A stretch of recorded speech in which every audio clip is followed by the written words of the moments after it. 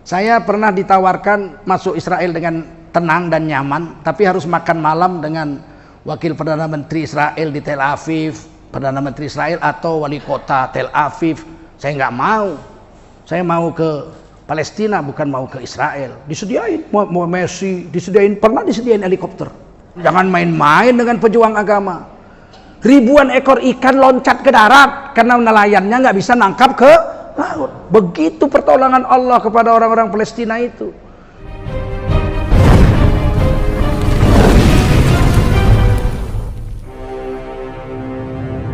Ini hari kita mau kumpul duit.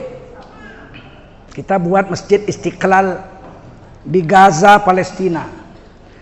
Wilayah yang dikuasai 100% oleh orang Islam itu tinggal Gaza saja. Yerusalem dikuasai Yahudi. Tepi barat sudah dikuasai Yahudi. Satu-satunya wilayah Palestina yang masih 100% dikuasai oleh orang Islam adalah jalur Gaza. Tapi listriknya diblokir 3 jam sehari hidup mati. Jadi sekedar 3 jam itu untuk ngambil air, ngapa segala macam lah, mati. Internet juga 1-2 jam mati. Nggak enak, nggak gampang. Israel nggak mau kasih itu. Nah mereka tapi masih dikuasai orang Islam. 2 tahun yang lalu Agim yang keliling Indonesia mencarikan dana untuk membuat rumah sakit di Palestina. Dengan adik-adik kita ini juga cinta Palestina, kasih Palestina. Sudah berhasil berdiri. Dan sekarang Majelis Ulama sedang membuat Traumatic Medical Center, rumah sakit jiwa traumatik. Itu juga kemarin sudah kita kirim sekitar 10 miliar. Nggak bisa masuk, kita kirimnya dengan wali kota Rafah, itu kita kasih duitnya di Jordania, tanda tangannya di Jordania. Sudah dikirim dari MUI. Nah sekarang kita dari Yayasan Kasih Palestina dan kawan-kawan bergerak membangun Masjid Istiqlal Indonesia, Masjid Kemerdekaan Indonesia, supaya ada spirit untuk merdeka. Rencana sih 2 tingkat. Kita tanam batu pertama tanggal 19 ya, Februari atau Januari? 19 Januari tahun ini, 2019 yang lalu. Jadi sudah setahun 2 bulan ya, setahun sebulan. Rencana 2 tingkat, kalau 2 tingkat udah jadi. Tapi mereka minta ditambah 1 tingkat itu untuk masjid. Sudah dipakai Idul Adha kemarin. Sudah potong sapi juga di situ dan sekarang sudah dipakai. Lantai 1 sudah jadi masjid. Lantai 2 untuk madrasah tahfizul Quran. Jadi anak-anak menghafal Quran di situ, pesantren. Di Gaza saja itu 1 tahun menghasilkan 31.000 penghafal Quran.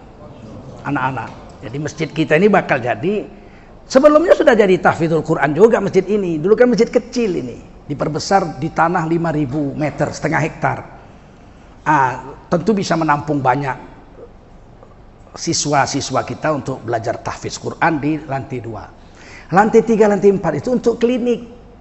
Jadi kalau ada yang ditembak, ya luka atau apa, di situ dirawat sakit. Kalau parah baru dibawa ke rumah sakit. Kan jauh-jauh rumah sakit.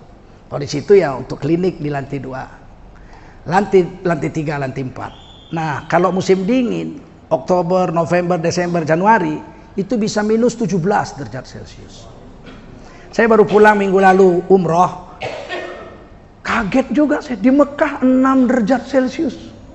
Di Mekah 6 derajat Celcius. Masya Allah. Tanggal 12 yang lalu di Madinah turun salju. Semata kaki. Tapi di perbatasan Jordan, di Tabuk, itu daerah paling panas di Saudi. Nabi waktu perang Tabuk itu betul-betul perang yang dahsyat panasnya. Kemarin sepinggang saljunya di Tabuk. Jadi kalau di Palestina Oktober, November, Desember, Januari itu dingin. Kalau minusnya itu minus 15 sampai minus 17 di bulan November dan Desember. Kemana mereka mau hidup? Rumahnya di bulldozer Israel, dibom Israel, diganti dengan tenda-tenda. Kalau musim panas mereka senang di tenda, nggak ada masalah. Tapi ketika musim dingin minus 15, kalau mereka tidur di tenda mati, beku darahnya. Saya sudah pernah dulu, waktu musim dingin di luar negeri, saya pakai bawa spray Hongkong. Ya di sini udah tebel dong, katun. Di sana nggak laku. Orang dia -2, -1 bagaimana? Tidur juga. Malam-malam mau mati rasanya, seperti ditusuk jarum, beribu-ribu jarum. Saya duduk, rupanya darahnya dingin kan. Saya nangis waktu itu, ya Allah mati Tengku Zulkarnain di sini hari ini. Saya ke kamar mandi, buka keran air anget, wudhu dengan air anget, kemudian saya sholat, masih sakit. Begitu selesai 2 rakaat, saya duduk. Orang India itu kasih saya minum chai, teh susu, biar anget katanya, pakai jahe. Minum saya, diurut-urut, ada 2 orang yang ngurutin kaki. Sakit kamu? Sakit, saya bilang, seluruh badan saya sakit. Karena selimutmu ini nggak laku ini. Ini apa ini? Besok dikasih selimut wool. Oh baru, walaupun tipis terasa hangat. Tapi saya masih tidur di dalam bangunan, tidur di dalam masjid, dalam perjalanan haji jalan darat dari Medan Malaysia sampai ke Mekah. Waktu itu tahun 96, musim dingin. Bagaimana kalau minusnya itu -15, -17, -10? Gimana mereka mau tidur di tenda? Ya di masjid kita inilah, di lantai 3, lantai 4 ini. Jadi kita mestinya segera selesaikan. Target kita kan 2020 bulan Desember. Jadi tinggal 10,5 bulan lagi. Ini kita mau sudah diresmikan masjid ini.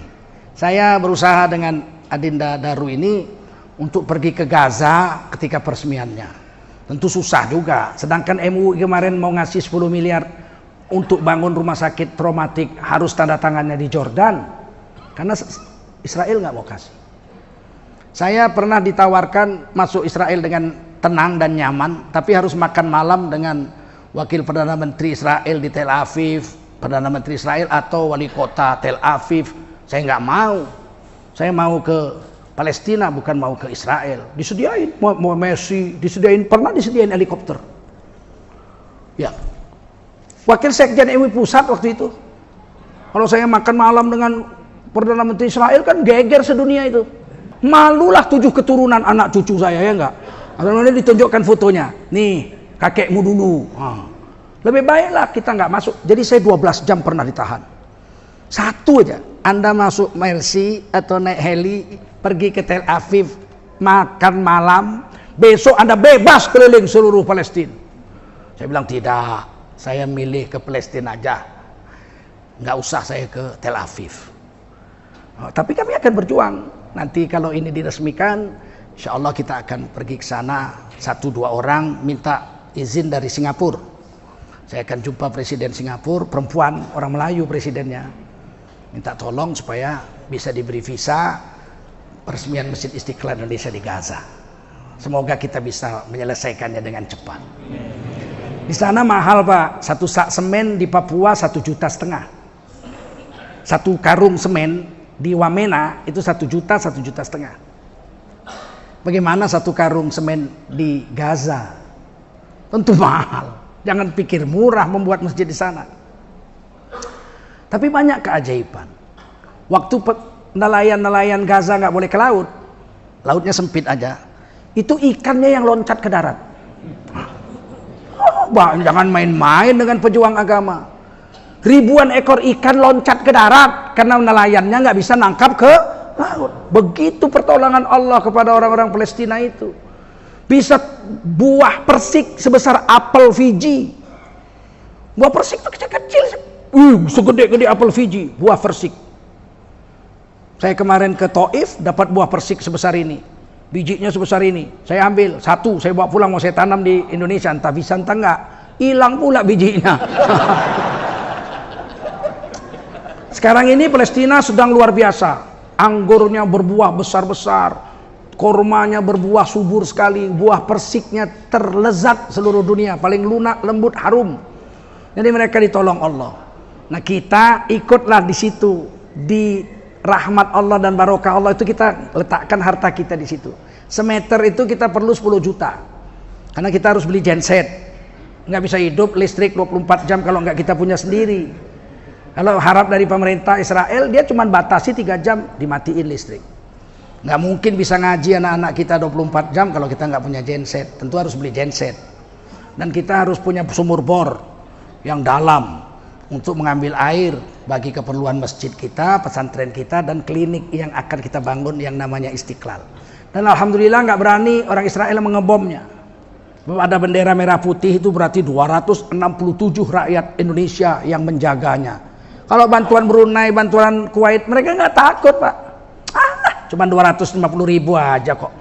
Kalau kita, orang Jawa aja 120 juta.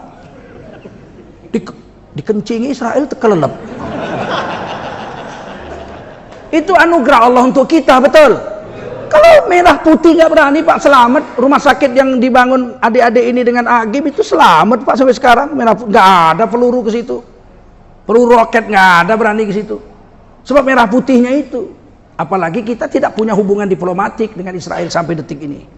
Mereka takut. Bayangkan kalau orang Indonesia memboikot makan Kentucky dengan McDonald, minum Coca-Cola nggak mau lagi, Sprite nggak mau lagi. Starbucks nggak mau lagi, mau minum kopi Tobro. Apa nggak bahaya mereka? Mereka pun tahu, nggak bodoh mereka. Kitanya aja yang tinggal bersatu apa enggak. Maka dari itu saya pesan, mari kita mulai. Bismillah. Allah bayar 700 kali lipat sampai 7 juta kali lipat, atau lebih dari itu terserah Allah. Wallahu yudha'ifu liman yasha. Allah bayar berapa banyak terhadap siapa Allah mau bayar.